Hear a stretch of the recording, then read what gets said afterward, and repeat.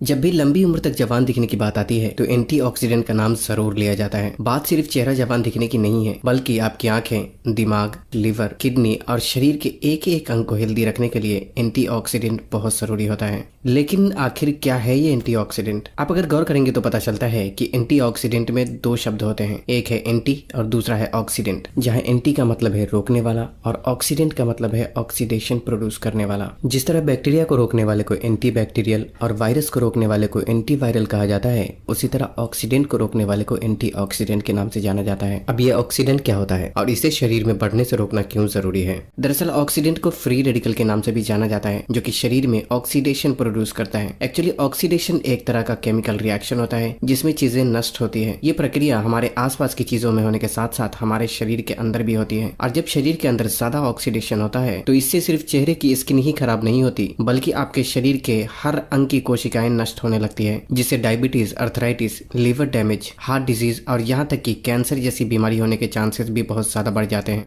एक छोटे से एग्जाम्पल के जरिए ऑक्सीडेंट और एंटीऑक्सीडेंट को बहुत ही आसानी से समझा जा सकता है। मिसाल के तौर पे ये एक लोहा है और इसका ऑक्सीडेशन होने के बाद ये कुछ इस तरीके से हो जाता है। उसी तरह ये एक ताजा सेब है और जब इसका ऑक्सीडेशन होता है तो इसकी हालत कुछ इस तरह हो जाती है। और फिर उसी तरह ये हमारे शरीर की हेल्दी कोशिका है और इसका ऑक्सीडेशन होने के बाद ये नष्ट होकर कुछ इस तरीके से हो जाता है। आसान भाषा में कहा जाए तो ऑक्सीडेशन एक ऐसी प्रक्रिया है जिसमें कोई भी चीज सड़ने लगती है या खत्म होने लगती है। जो चीज इसकी ये हालत करती है उसे ऑक्सीडेंट कहा जाता है और जो चीज इसे इस हालत से बचाने का काम करती है उसे एंटीऑक्सीडेंट के नाम से जाना जाता है। उसी तरह हमारे शरीर में भी हाइड्रोजन पेरोक्साइड, हाइपोक्लोराइट और कई दूसरे ऑक्सीडेंट होते हैं जो अगर थोड़ी मात्रा में हो तो नुकसान नहीं पहुंचाते। लेकिन अभी के लाइफ स्टाइल के हिसाब से अक्सर लोगों के शरीर में ऑक्सीडेंट जरूरत से बहुत ज्यादा मात्रा में मौजूद होता है और जब ऑक्सीडेंट लिमिट से ज्यादा होता है तो आपके शरीर की कोशिकाओं को लोहे की तरह जंग लगाकर नष्ट करने लगता है, जिससे एजिंग प्रोसेस फास्ट हो जाता है और व्यक्ति कम उम्र में ही ज्यादा उम्र का दिखने लगता है। अब यहाँ आप एक बात कह सकते हैं कि ऑक्सीडेंट तो कोशिकाओं को डैमेज करता है ना, तो इससे भला हमारा चेहरा और शरीर के दूसरे अंग खराब होने का क्या कनेक्शन?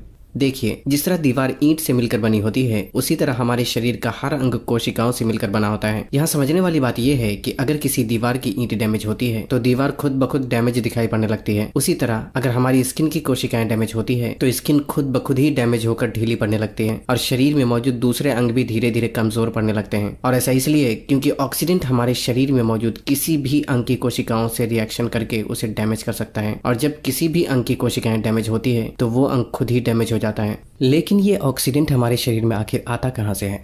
ऑक्सीडेंट एक तरीके का बाई प्रोडक्ट होता है जो कि मेटाबॉलिज्म फंक्शन के दौरान हमारे शरीर में खुद बनता है। ये हमारे शरीर में कभी कम और कभी कुछ गलतियों की वजह से बहुत ज्यादा मात्रा में बनने लगता है, जो कि शरीर को नुकसान पहुंचाता है। जैसे कि जब आप कुछ भी खाते हैं तो आपका शरीर खाने को ब्रेक डाउन करके एनर्जी में तब्दील करने का काम करता है और इस प्रोसेस में भी थोड़ी मात्रा में ऑक्सीडेंट शरीर में प्रोड्यूस होता है। लेकिन अगर आप pizza, burger, samosa, ice cream, biscuit या कोई भी गलत तरीके का खाना खाते हैं तो शरीर में ऑक्सीडेंट ज्यादा मात्रा में प्रोड्यूस होता है। इतना ही नहीं, अगर शराब या सिगरेट का धुआं शरीर में जाता है तो इससे शरीर में और भी कई गुना ज्यादा मात्रा में ऑक्सीडेंट पैदा होने लगते हैं। जो लोग बहुत ज्यादा ब्लीचिंग क्रीम या फिर हेयर डाई का इस्तेमाल करते हैं तो उनके शरीर में भी ऑक्सीडेंट की मात्रा बढ़ने के चांसेस बहुत ज्यादा रहते हैं, क्योंकि हेयर डाई और ब्लीचिंग क्रीम में आमतौर पर एक ऐसे केमिकल का इस्तेमाल किया जाता है जिसे हाइड्रोजन पेरोक्साइड के नाम से जाना जाता है और ये केमिकल अपने आप में ही एक ऑक्सीडेंट होता है जो कि स्किन पर मौजूद रोम छिद्र से एब्सॉर्ब होकर खून में पहुंच जाता है। इसके अलावा जब आप स्ट्रेस में होते हैं तो इससे भी शरीर में ऑक्सीडेंट का प्रोडक्शन बढ़ जाता है और व्यक्ति वक्त से पहले ही बूढ़ा होने लगता है, चाहे वो स्ट्रेस कम सोने की वजह से हो,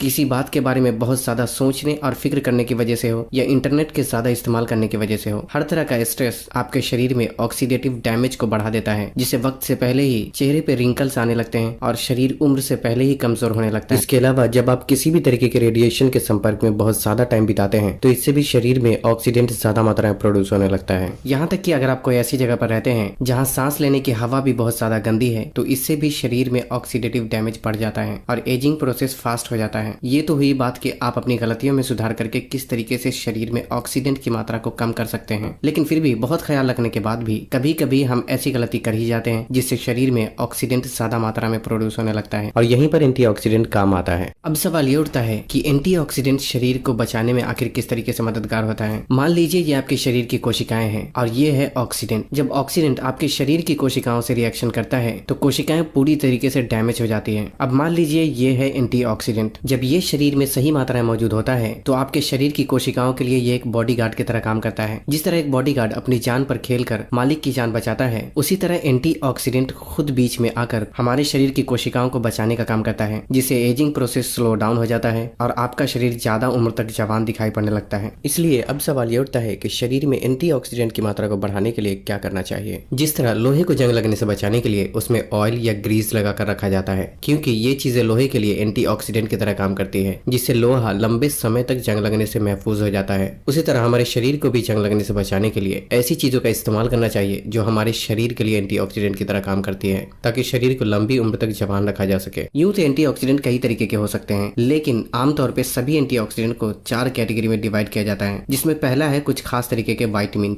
जैसे कि vitamin A, vitamin C, vitamin D और विटामिन ई। ये चारों तरह के विटामिन आपके शरीर में जाके एंटीऑक्सीडेंट की तरह काम करता है, जिसमें विटामिन ए के लिए गाजर और शकरकंद जैसी चीजों को अपने खाने में शामिल किया जा सकता है। विटामिन सी के लिए आंवला, कीवी, नींबू, संतरा, अमरूद और आम जैसे फल में से कुछ चीजों को बारी बारी से अपने डाइट में शामिल किया जा सकता है। विटामिन डी की जरूरतों को सुबह की हल्की धूप में 15 से 20 मिनट बिताकर पूरा किया जा सकता है। और विटामिन ई के लिए बादाम, सनफ्लावर सीड और पालक जैसी चीजों को अपने खाने में शामिल करना चाहिए। दूसरे टाइप के एंटीऑक्सीडेंट कुछ खास तरीके के मिनरल्स होते हैं, जैसे कि जिंक, कॉपर और सिलेनियम। जिंक के लिए पंपकिन सीड और काजू जैसी चीजों को अपने खाने में शामिल किया जा सकता है। कॉपर के लिए स्वीट पोटैटो, सेसमे सीड और चना का इस्तेमाल किया जा सकता है। यहाँ तक कि कॉपर के बर्तन में पानी को रात भर स्टोर करके सुबह पीने से कॉपर की जरूरतों को शरीर में पूरा किया जा सकता है। सेलेनियम के लिए चिकन, एग और पालक जैसी चीजों को अपने खाने में शामिल किया जा सकता है। तीसरे टाइप का एंटीऑक्सीडेंट एंजाइम बेस्ड होता है, जैसे कि ग्लूटाथायोन और कैटालेज एंजाइम, लेकिन ये हमारे शरीर में खुद ही बनता है। चौथे टाइप का एंटीऑक्सीडेंट पिगमेंट बेस्ड होता है, जो कि हर अलग अलग रंग के फूड में अलग अलग तरह के एंटीऑक्सीडेंट पाए जाते हैं, जैसे कि ऑरेंज और पीले रंग के खाने में बीटा कैरोटीन, लूटीन और जियाजेंथिन जैसे एंटीऑक्सीडेंट मौजूद होते हैं। पर्पल और ब्लू रंग के खाने में